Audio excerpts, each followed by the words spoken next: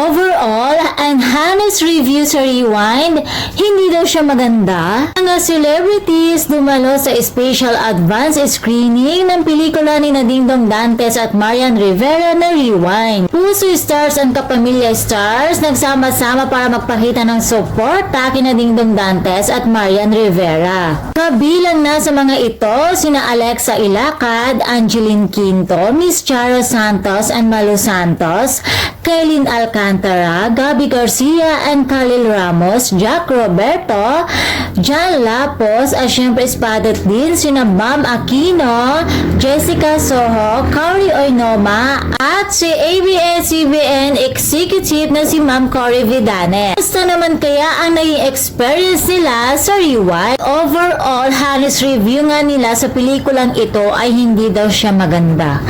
Dahil super duper and sobrang ganda daw ng kwento at sobrang galing daw ni na Marian at Dingdong dito. Lalong lalo na daw si Dingdong Dantes, grabe pang best actor daw sa galing. Grabe nag-level up daw si na Dingdong at Marian dito. Talaga naman na pinakita daw nila at tagos sa puso at tanggal angas mo sa Rewind. Nga kay Angeline Quinto, hindi daw niya na-carry sa sobrang galing ang kwento.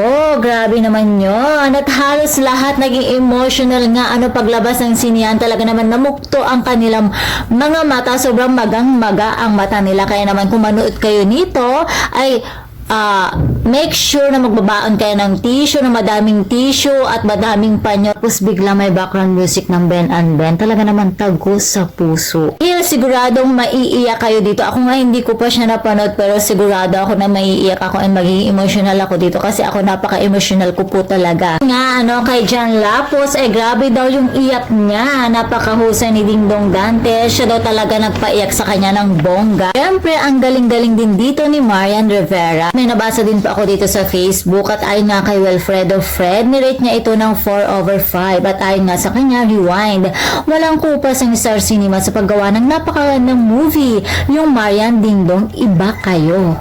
Siyempre, di nagpahuli si Baby Jordan Lim. Lalabas ka ng cinema na umiiyak pag mapanood mo at for sure, maraming magbabago sa pananaw mo sa buhay. At ayon naman kay MJ Felipe na parang sobrang ganda ng review niya dito kaya nai-excite ako dahil sa kanyang review sobrang na-excite ako mapanood ang Rewind. At ayon nga kay MJ, just saw Rewind tonight at a special advanced screening. For me, Rewind didn't feel like just a film.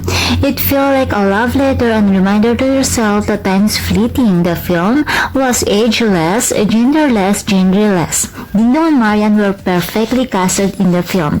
Their nonsense in most of the scenes were so good and I like how Direct Me executed some of the shots. I won't be surprised if Dingdong and Marian get acting noms and nods for their performance. They were so good.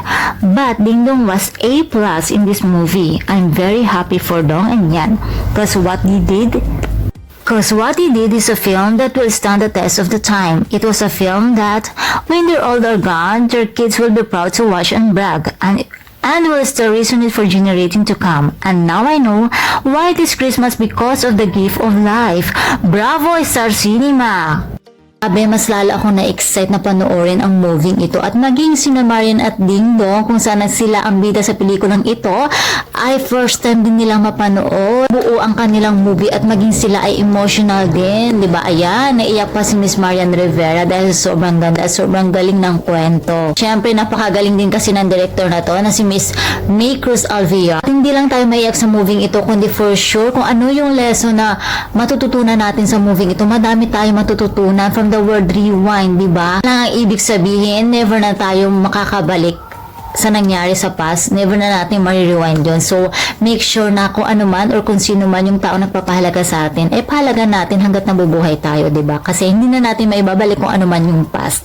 Kaya kung magiging isang mabuting tao ka ngayon, gawin mo na ngayon and ipakita mo kung paano mo or gaano mo kamahal yung isang tao, hindi yung dahil sa wala na siya, saka mo lang siya marirealize na mahalaga pala siya sa'yo. So, oras, oras ang importante. Dahil pag nawala na yan, wala na. Never mo nang maibabalik. Kaya naman mga chikadoras, ayun nga, magbaon tayo ng madaming tissues, madaming panyo kapag napanood natin itong moving ito. Paglabas natin ng sinihan, madaming ipaparealize sa atin ng moving ito at madami rin tayong marerealize. Syempre na parang, oo nga no, sana pala ganito, sana pala ganon. At ayun, bigla nating tatawagan yung mahal natin sa buhay na parang, hello, kumusta ka na? Ganyan. Siyempre, di ba, ang dami natin marerealize at ang dami natin matututunan. Kaya naman mga chikadoras, magbaon tayo ng madaming tissues, madaming mga panyo dahil super sigurado magiging emotional tayo dito sa moving ito. Kaya naman mga chikadoras, kung hindi nyo pa ito napanood, ay showing na ito sa December 25. Malapit na po yan. Ilang araw na yan o ilang tulog na lang, di ba? December 25 na. So, unahin po natin panoorin ang pelikulang Rewind. Ayan, dahil base nga sa review, di ba? Sobrang ganda, sobrang galing. Kaya naman yon. At that's all for the mga chikadors. And please don't forget to like, share, and subscribe my channel. Thank you for watching!